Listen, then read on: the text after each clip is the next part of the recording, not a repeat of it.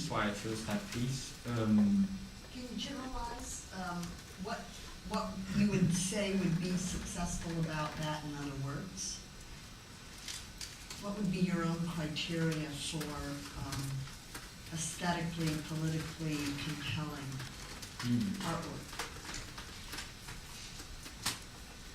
Yeah, I think it's actually difficult. That's maybe my second answer, which is the more theoretical answer, is that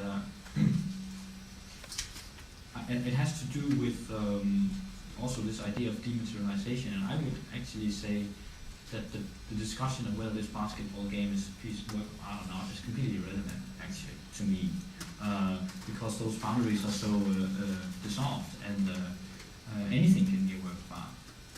I think we just have to accept that as a historical situation. Some might bemoan that, but is it a good work of art? Yeah, that's because I think that's only the same question. That's where I think is that since we don't have a concept, I mean, if we don't have, a science for someone like Althusser is something that has a concept of its object of study.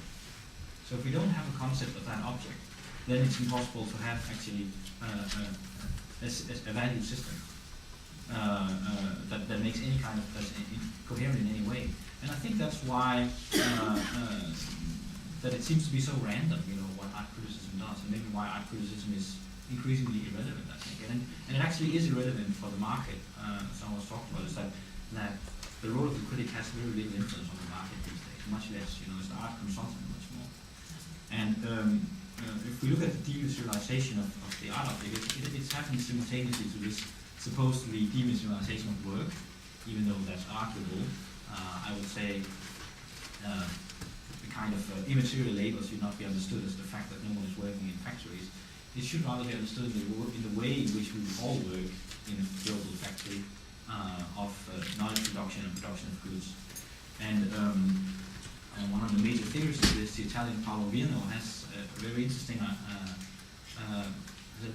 discussion of this in his book Grammar of the Multitude that came out just a few years ago, where he talks about the problem of remuneration of this kind of work, that he says work that is now language-based primarily. How do you judge it? And he says, well, it has to do with the aptitude, the skills of a kind of political kind. How can you actually advance through your language? And he says, well, we can look at it really simply and says, traditional kinds of work, we remunerate the farmer for turning nothing into something. So we can set a price on that, a value on that. And then we have the industrial worker who transforms something into something else, and we can remunerate that, as Marx showed, through the hours of work put into the object. Now, first of all, in art, there was never ever any remuneration that had to do with the hours of work put into the object. But secondly, we also have this dematerialization, and we have that with labor also. So how do we actually judge? And Virno uses two examples. How do we judge who is the good priest? How do we judge who is the good journalist? And exactly the same thing we can say about artists today, in the kind of post-conceptual artist. And he says, well, the good priest, we can't measure how many converts he has. That's impossible. The journalist, we can't measure how many people changed their mind, how many people felt informed about the writing of this journalist. But what we can measure is how this person advanced. So the good priest is the one who becomes a bishop. The good journalist is the one who becomes an editor, or who gets his or her own column in the newspaper. And exactly the same thing happens with artists. And reading that made me realize this is why the CVs are in every goddamn catalog. And they're as important as the industry. Why are they there? I've actually wondered that for a long time.